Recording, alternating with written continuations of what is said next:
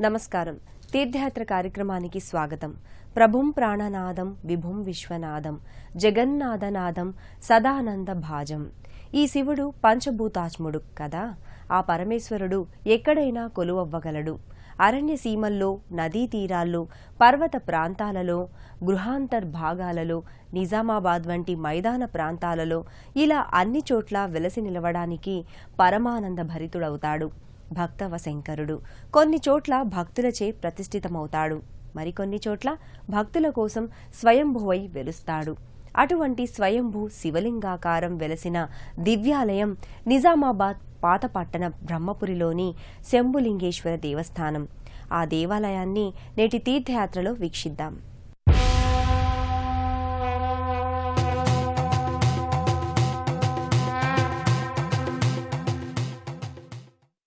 సర్వసుగంధ సులేపితలింగం బుద్ధి వివర్ధన కారణలింగం సిద్ధసురాసుర వందితలింగం తత్ప్రణమామి సదాశివలింగం.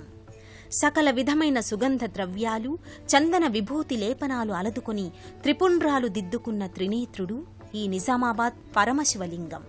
నిజామాబాద్ పట్టణంలో అతి పురాతన నీలకంఠేశ్వర ఆలయంతో సరిసమానమైన శివాలయం ఈ శంభులింగేశ్వరాలయం.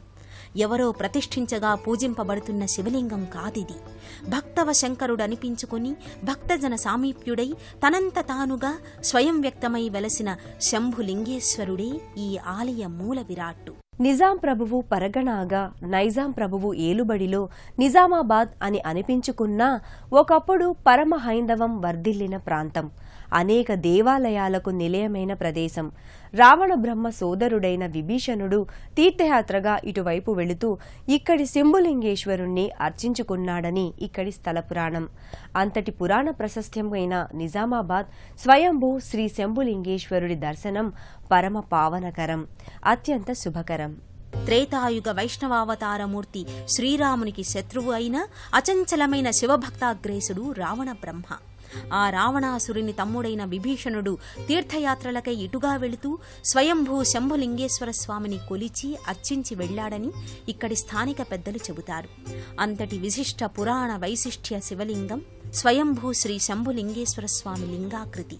అందుకే ఈ శివలింగార్చనం జన్మ జన్మల పాపహరణం. వారణాసి క్షేత్రంలో కాశీ విశ్వేశ్వర జ్యోతిర్లింగం ఎలా ఉంటుందో సరిగ్గా ఆ జ్యోతిర్లింగాన్ని పోలిన అనేక శివలింగాలను భక్తులు అనేక చోట్ల ఎంతో ఇష్టంగా ప్రతిష్ఠించుకున్నారు. కానీ కాశీ విశ్వేశ్వర లింగంలా శివయ్యే స్వయంభువై వెలసి నిలిచి కొలువులందుకుంటున్న దివ్యమైన ఆలయం ఇది. నిజామాబాద్లో నీలకంఠేశ్వరునంతటి ప్రఖ్యాత విఖ్యాత లింగం ఇది. ఈ శంభులింగేశ్వరునికి జరిగే అర్చనాది విశేషాలను వర్ణించగా వినే కంటే మన కన్నులతో మనమే స్వయంగా చూడటం ఎంతో హృదయంగమంగా ఉంటుంది. చూద్దాం పదండి. ఒకప్పుడు ఈ పట్టణాన్ని ఇందూరుగా పిలిచేవారు. నైజాం ప్రభువుల ఏలుబడిలోకి ఈ ప్రాంతం వచ్చాక నిజామాబాద్గా మార్పు చెందింది. అదే తీరులో ఈ శంభులింగేశ్వరుణ్ణి గురించి కూడా ఇందూరపురవాసీం భజ శంభులింగేశ్వరం అని శివస్తోత్రాన్ని గానం చేస్తారు. నిత్యం భక్తులచే తీర్థయాత్రికులచే కళకళలాడే నిజామాబాద్ పట్టణంలో ఈ శంభులింగేశ్వర స్వామి దేవస్థానం. స్వయం వ్యక్తమైన శివలింగం మూల విరాట్టుగా ఈ క్షేత్రంలో నిర్మితమైన ఆ భవుని కోవెలను, ఆ కోవెల పరిసర అందాలను, ఆ మహాలింగానికి జరిగే పూజలు అర్చనలు చూసిన వారికి కూడా చేసినంత పుణ్యం. ప్రసిద్ధ కాశీ మహాక్షేత్రంలో ఉండే జ్యోతిర్లింగం వలె ఈ నిజామాబాద్ శంభులింగేశ్వరుని లింగాకృతి కానవస్తుంది.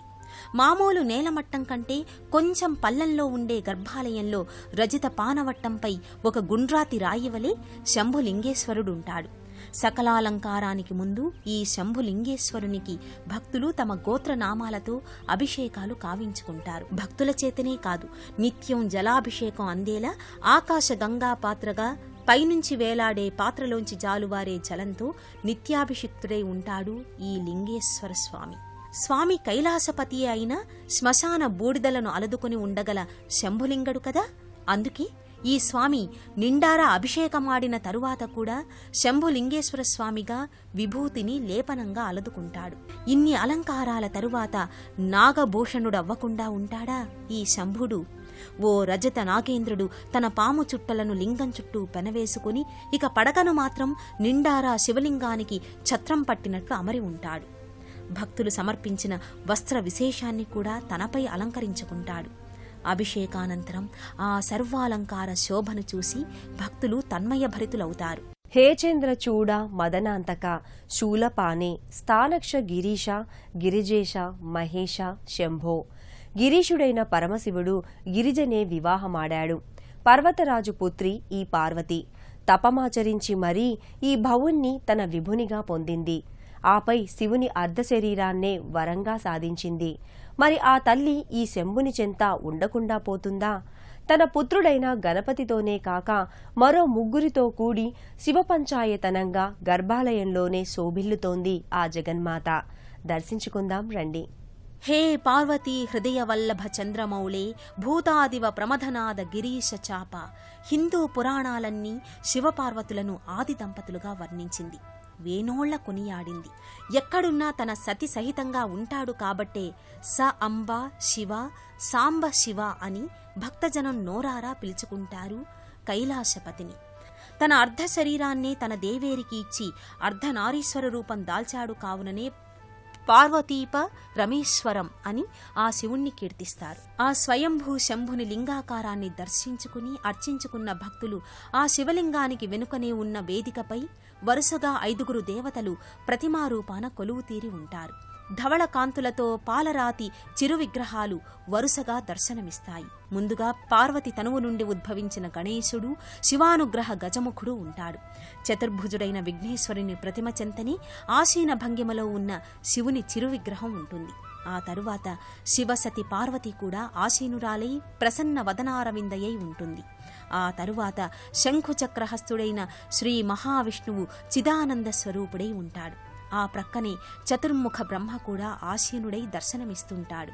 ఆ విధంగా ఈ వరుసలోని దేవతలు సృష్టి స్థితి లయకారులు మువ్వురు ఒకచోట కొలువు తీరినట్లయింది. అదే గర్భాలయ కుడ్యం పైభాగాన పార్వతీ పరమేశ్వరుల లోహ పలకంపై చెక్కబడిన బహు అందమైన చిత్రపటం అలంకృతమై భక్తులనెంతో ఆకర్షిస్తూ ఉంటుంది. శివపార్వతులు వారి పరివారం ఎక్కడ ఉంటే అక్కడ అపర కైలాసమే అనిపించుకుంటుంది. పరమశివుని లింగాకారం స్వయంభూ శంభులింగేశ్వరుని లింగంగా వెలసి శివపంచాయతనం అనిపించుకుంటున్న ఈ అపురూప ఆరామం ఎంతో శోభస్కరంగా ఉంటుందో చూద్దాం. రాజగోపుర ఆలయ ఆవరణను, అక్కడ శిల్పితమైన పలు విశేష విగ్రహాకృతులను వీక్షిద్దాం. ఆకాశ మార్గాన పయనించే మేఘాలతో పోటీ పడుతున్నట్లుగా ధవళకాంతులతో మెరిసిపోయే రాజగోపురం 5 కలశాలతో 3 అంతరువులతో అలరారుతుంటుంది. దక్షిణాత్యపు దేవాలయ ఆగమరీతిలో నాగర శైలి నిర్మితితో ఈ రాజగోపురం వెలుగొందుతుంటుంది. బయట నుంచి చూస్తే ఆలయ ప్రహరీ గోడ ఇందూరు రాజభవనపు ప్రాకారపు గోడల వలె, కోట బురుజుల వలె ఎంతో గంభీరంగా ఉంటుంది. ఆ రాజగోపురాన్ని దాటి లోపలికి వెళ్లిన భక్తజనం ఓ పురాతన దేవాలయ ఆవరణలోకి అడుగిడిన భావనకు లోనవుతారు. ఎత్తైన ధ్వజస్తంభం తామ్ర కవచాలంకృతమై గగనతలానికి శైవాగమాన్ని ప్రసరింపచేస్తున్నట్టుగా ఉంటుంది. ధ్వజస్తంభ పాదభాగాన నలువైపులా శివలింగం, గణపతి, కుమారస్వామిల చిత్తరువులు రేకుపై తీర్చిదిద్దబడి ఉంటాయి. ఆ ధ్వజస్తంభం ప్రక్కనే ఒక పురాతన వృక్షరాజం ఎంతో పూజనీయంగా ఉంటుంది. అదే శివాలయ ఆవరణలోనే పసుపు పచ్చని స్తంభాలపై పూంచిన తెల్లని మంటపంలో నల్లని నవగ్రహ విగ్రహాలు ప్రతిష్ఠితమై ఉంటాయి. తమ తమ జాతకపర దోషాలను నివారించమని ఆ నవగ్రహాది దేవతలకు మొక్కుకుంటారు భక్తులు. ప్రదక్షిణాది నమస్కృతులు చెల్లించుకుంటారు. ఓ వృక్షఛాయలో చిరునంది సమేత చిరు శివలింగం చూడముచ్చటగా ఉంటుంది. ఒక దేవాలయానికి వెళితే భగవంతుని దర్శనం, ఆ భగవంతుడు నెలకొన్న ప్రదేశంలోని ప్రశాంత వాతావరణం రెండూ ఆహ్లాదభరితంగా ఉంటుందంటారు. అటువంటి అనుభూతి శివప్రసాదంలా లభించే పరమాద్భుత ఆరామం ఈ శంభులింగేశ్వర స్వామి దేవస్థానం. 12 జ్యోతిర్లింగాలను 12 క్షేత్రాలకు వెళ్లకుండానే ఇక్కడే దర్శించుకునే శంభుని వరం అదిగో. దర్శించుకుందాం, పునీతులవుదాం. రాజగోపురాన్ని దాటి లోపలికి వచ్చిన యాత్రికులకు ఎదురుగా ముఖమంటపం కానవస్తుంది. ఆ ముఖమంటపాన్ని మోస్తున్న స్తంభాలు, వాటిపై శిల్పితమైన శిల్పాకృతులు అన్నీ ఎంతో పురావైభవాన్ని వ్యక్తం చేస్తుంటాయి. ముఖ్యంగా గర్భాలయ ముఖద్వారంగా అమరిన నల్లని గ్రానైట్ వంటి కట్టడంపై పలు లతలు, విగ్రహాకృతులు ఎంతో వైభవోపేతంగా అమరి ఉంటాయి. ముఖమంటప స్తంభాలకు దేశంలో నలుమూలలా వర్ధిల్లుతున్న 12 జ్యోతిర్లింగాలు నమూనా ఆకృతులై అలరారుతుంటాయి. ఒక్కో స్తంభానికి ఒక్కో జ్యోతిర్లింగం అలంకృతమై ఉంటుంది.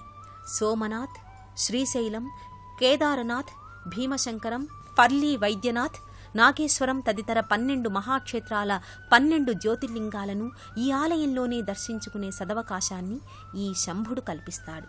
శివభృత్యుడైన నందీశ్వరుడు తెల్లని వర్ణంలో నల్లని కళ్లతో ఎంతో అందంగానే కాదు, మంచి వయసులో ఉన్న కోడెవలే బలిష్టమైన దేహదారుఢ్యంతో ముంగాలిని మడిచి ఎప్పుడు శివాదేశమైతే అప్పుడు దిగ్గున లేచేలా ఉంటాడు.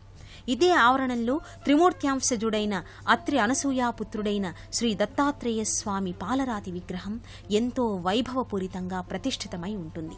కామధేనువు సహితంగా స్థానక భంగిమలో దర్శనమిస్తున్న దత్తాత్రేయుడు పూమాలలు, రుద్రాక్షమాలలతో అలంకృతుడై ఉంటాడు. శివ, విష్ణు, బ్రహ్మల హస్తాభరణాలతో సహా దత్తాత్రేయ స్వామి చక్కటి దర్శనమిస్తుంటాడు.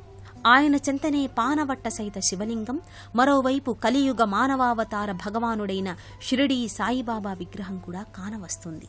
ఒకప్పటి ఇందూరు, నేటి నిజామాబాద్ ఇంతటి బృహదీశ్వరాలయాన్ని అందించింది. స్వయంభువు లింగేశ్వర స్వామి కోవెల ఈ పట్టణానికి ఒక క్షేత్రస్థాయిని ఆపాదించింది. ఇంతటి మంచి ఆలయ దర్శించుకున్న వారి మహద్భాగ్యంగా వర్ధిల్లుతోంది. త్రిజన్మ పాప సంహారం ఏకబిల్వం శివార్పణం అని ప్రార్థిస్తూ 3 దళాల బిల్వాన్ని సమర్పిస్తే చాలు 3 జన్మల పాపాన్ని ఆ ఒక్క పత్ర సమర్పణతో నశింపచేస్తాడు. శివశివ శంకర శంభో శంకర అని ఆర్తిగా ఆలపిస్తే చాలు శివమెత్తి ఆడి మన శిరస్సులపై అభయహస్తాన్ని ఉంచి దీవిస్తాడు. అంతటి నిజామాబాద్ శంభులింగేశ్వరుడు మనకు నిత్యం శుభాలనే ఇస్తుంటాడని ఆశిద్దాం. ఆ భవుని భార్య జగదాంబికలా జగమంతటినీ కాచి కాపాడుతూ ఉండాలని కోరుకుందాం.